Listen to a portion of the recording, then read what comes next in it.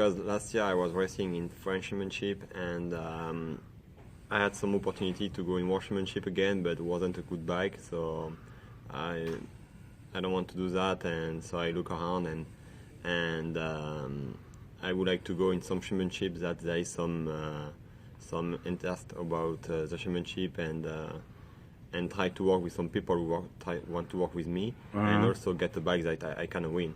So in America, it's where I find everything I want. So it's why I decided to come over. It was unique, right? So out of the blue, an email comes into my inbox over the winter, and it's like, hey, it was an agent of his, Valentin's, and he's like, hey, I represent Valentin the Beast. He'd like to come and do the Daytona 200 or Moto America, and I was like, oh, okay. So, I knew the name because I'm a student of the sport, so Right. I pay attention to Super Sport World Championship. I pay attention to Moto 2. I pay attention to MotoGP and the Endurance World Championship. So I knew the name. I'd heard the name on TV. I'd seen the name in the results. And so I knew if you finish in the top 10 of a World Championship event, you finish in the top 3, you've done something. Even on the domestic series, you're a regular podium finisher.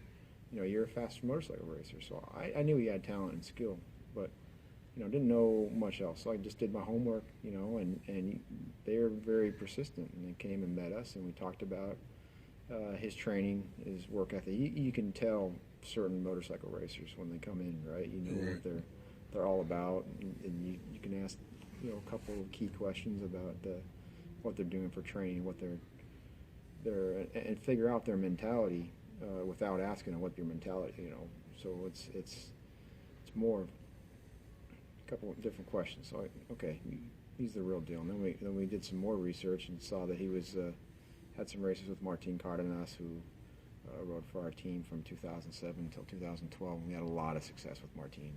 Here he won the pole position for 2012 Daytona 200 and won the Sport Bike Championship that season for us. And he won it in 2010 for us too. So we knew he had that level of skill. But until you get him on our motorcycle, in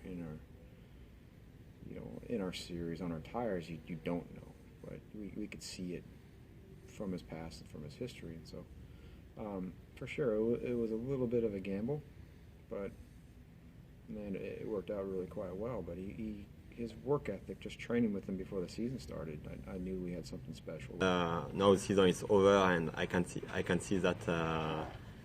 Everything was even better than what I was expecting.